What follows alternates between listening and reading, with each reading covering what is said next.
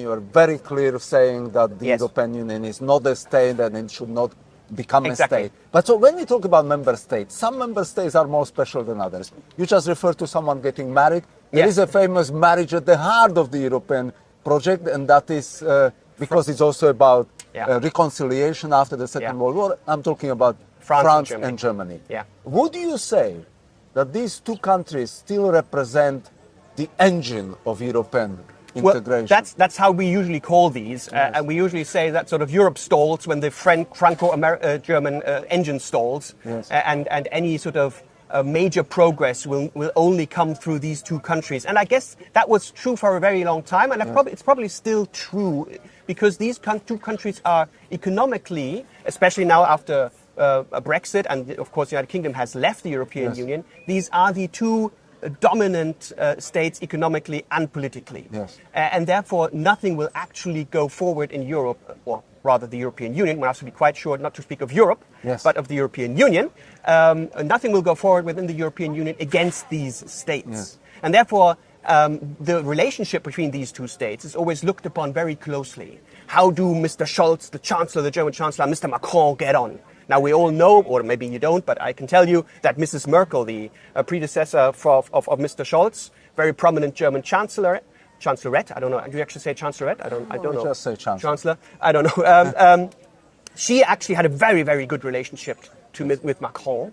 And actually she was apparently almost in tears when they finally sort of split up after this long period where they worked together.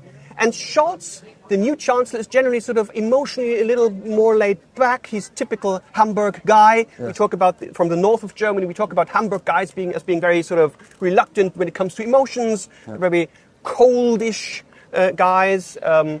Fantastic humor, though, one has to admit. But interestingly enough, Mrs. Merkel, of course, also was born in Hamburg, but then she went over to East Germany and then grew up in East Germany, which completely probably changed her character. So they were very different characters. What I'm trying to say is that the relationship between Scholz and Macron at the moment is not all that good, people say. It's a little tense, and that also immediately sort of has consequences when it comes to the development of the European Union, simply because they are bothered with other stuff than sort of trying to come up with new ideas for Europe together.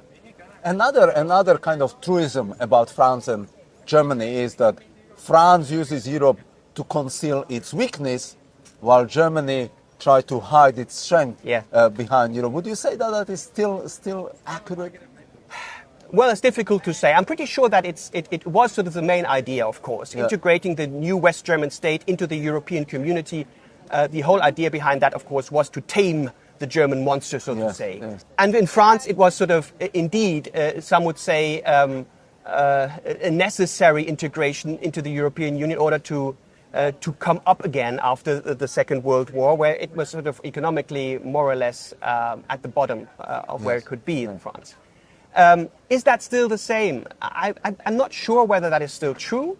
A lot of people would probably agree, yes. But France, of course, has changed. Germany has changed. But what is still true is that we look at the European Union differently. And the most European thinking politicians in Germany believe, indeed, that the European Union should become a state. And not a single French politician would ever be able or willing to give up the French nation. That's something. When Macron talks about sovereignty, he always means of a sovereign Europe with a strong France within it. That's right. So, whereas it Germany would be a French Europe. It would be a French Europe, at least a Europe that includes the French nation, the French state, and so on. Whereas German politicians, especially, of course, Joschka Fischer, as I mentioned, the former foreign minister, but also today, the leading parties would probably tend to be willing sort of to give up full sovereignty and transfer it onto the European Union. Though I have to say that may again have changed now, considering not only Corona, but also considering the new situation with the war against Ukraine that Russia is fighting at the moment. So we have actually sort of seen a somewhat reviving of the idea of the state in the last few years. And national sovereignty. But then again, and that's a good place to discuss it, Germany is quite unique, right? Because Germany was not a truly sovereign state. West Germany, as we established, that was one of the founding members of the European Union, was basically controlled by the winning powers of the Second World War. The city of Berlin was divided, Germany was divided, Europe was divided. The dividing line was just behind there. We're in East Germany now. We're in former East Germany now, which there was nothing here, so to say. And you can see it has developed quite nicely.